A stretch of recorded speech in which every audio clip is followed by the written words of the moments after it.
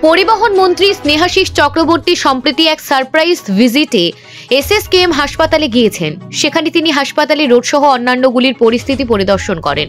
মন্ত্রী জানান, সরকারি বেসরকারি বাসের সংখ্যা বর্তমানে 72টি বৃদ্ধি পেয়ে 550 থেকে 734টি হয়ে গেছে।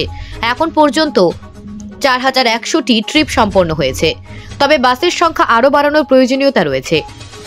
মন্ত্রী আরও বলেন, গঙ্গাসাগর মেলার পর আরও বাস যোগ করা হবে এবং ড্রাইভার ও কর্মী নিয়োগও চলবে। হাসপাতালের সামনে সাধারণ মানুষের সঙ্গে কথাও বলেন পরিবহন মন্ত্রী। তিনি সেখানকার বাস পরিষেবার উন্নতির জন্য প্রতিশ্রুতি দেন।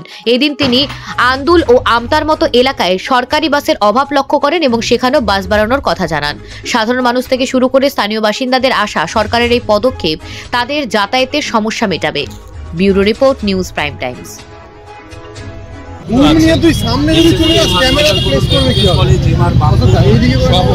বেসরকারি আরজিকর এনআরএস যত হাসপাতাল আছে সেখানে আমরা 74টা বাস যা চলতো তারপরে আরও 74টা বাস ইতিমধ্যে আমরা ঠিক অনুযায়ী বাড়িয়েছি।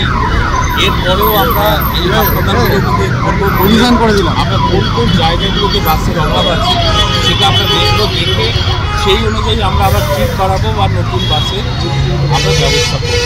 এটার জন্য আমরা আসছি, কারণ মুখ্যমন্ত্রী সবসময় চিন্তিত থাকছেন যে সরকারি পরিষেবা এটা সাধারণ মানুষ পাচ্ছে কিনা। যেখানে যেখানে সরকারি পরিষেবার ল্যাকিং আছে সেইগুলো উনি দেখতে বলেন, সেগুলো ফুলফিল করার কথাই বলেন। এবং বাস পরিষেবার ক্ষেত্রেও তিনি রাস্তা দিয়ে যেতে যেতে যখন দেখেন কিছু মানুষ দাঁড়িয়ে আছে রাস্তায়, তারা বাস পাচ্ছে কি পাচ্ছে না, এটা দেখার জন্য আমাদের বলেন। আমরা সেই অনুযায়ী আমরা এই টিকিটগুলো চালাবো, চালিয়ে যেখানে বাস দেওয়ার উচিত বা বাড়ানো উচিত আমাদের সরকারি সমস্যাতেই আমরা সেটা করব।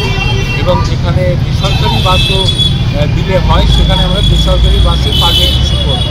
এই করে বাস পরিষেবাকে আরও মসৃণ করার জন্যই আমরা একদিকে যেমন বাসের পরিষেবা বাস বেড়েছে বললেন, আমরা জানতে চাইবো যে প্রশাসনিক বৈঠকের পর আজ পর্যন্ত কতগুলো বাস বাড়লো শহরে? আমরা বেড়েছি এই কারণে আমরা অ্যাকচুয়ালি 3300 ট্রিপ মানে পার ডে আমরা যদি 4100 করতে পেরেছি, 4100 করতে পেরেছি ট্রিপের সংখ্যা, কিন্তু সেটাও যথেষ্ট কখনো হয় না। ফলে আরও বাস দরকার, আরও ট্রিপ বাড়ানো দরকার। সেই অনুযায়ী আমরা কিছু ড্রাইভার কন্ডাক্টারে আমাদের কিছু অভাব আছে, সেগুলো আমরা আশা করি পেয়ে গেলে আমরা এটা আরও বাড়াতে পারবো। এবং বাসও কিছু আমরা কিনছি, সেই বাসগুলো চলে আসবে। কিন্তু এটাও আমাদের মাথায় রাখতে হবে যে আমরা ইচ্ছামতো কোনো রাস্তায় এক বাস অপরিকল্পিতভাবে দিয়ে দিতে পারি না, তার সেটা যানজটেরও একটা ইস্যু থাকে। এই মুহূর্তে যাত্রী সুরক্ষাটাও তো অন্যতম বিষয়। নতুন বাস কেনার কথা যেমন বলছেন, পাশাপাশি দেখা গেল ডিপোতে প্রচুর নতুন বাস, অত্যাধুনিক বাস এগুলো কিন্তু পড়ে রয়েছে। হ্যাঁ, পড়ে রয়েছে। একটা হচ্ছে কিছু বাস পড়ে থাকে, এটা আপনারা বুঝতে পারবেন না। বাসটা নতুন, হয়তো ছোটোখাটো কিছু সারানোর ব্যবস্থা থাকে, এর জন্য কিছু বাস থাকে। কিছু বাস রিজার্ভে রাখতে হয়, প্রত্যেক দিন কোনো জায়গায় বাস খারাপ হলে অল্টারনেটিভ দেওয়ার জন্য রিজার্ভে রাখতে হয়।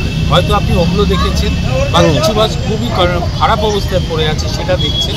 আমরা ক্রমাগত বাসগুলোকে নতুন করে সারাচ্ছি, যেইগুলো একটু খারাপ আছে সেই বাসগুলোকে সারিয়ে তুলছি।